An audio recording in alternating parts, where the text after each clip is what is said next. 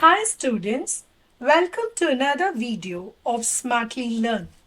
In this video, we are going to solve the fourth question in exercise 1.1.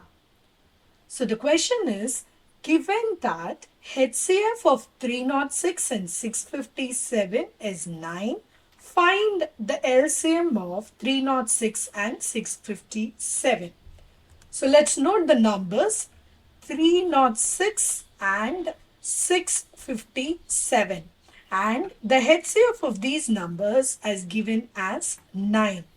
Now we know the relation is HCF of the two numbers into LCM is going to be equal to the product of the two numbers. So in this case, I'm replacing that as 306 into 657. What is given to us is the HCF, and what we need to find is the LCM. So LCM is going to be equal to 306 into 657 divided by 9.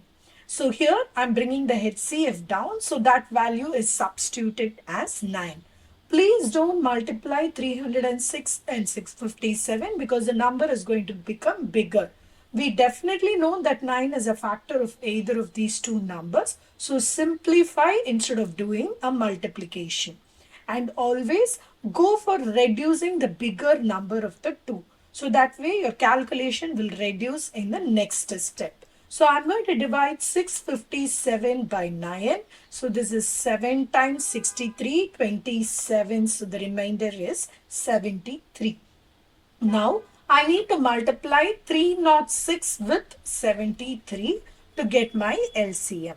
So let's do the calculation. 306 into 73. 6 3s are 18. So the 0, I'm putting the 1 directly. 3 into 3 is 9.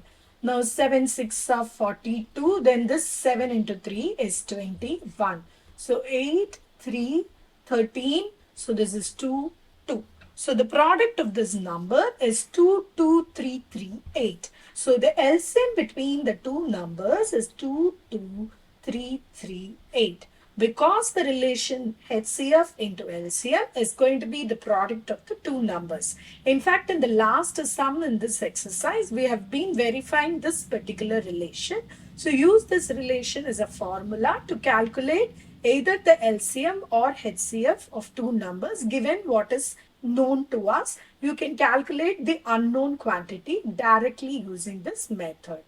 In the next video, we will solve the next question in this exercise. Please extend your support to me by subscribing to my channel Smartly Learn.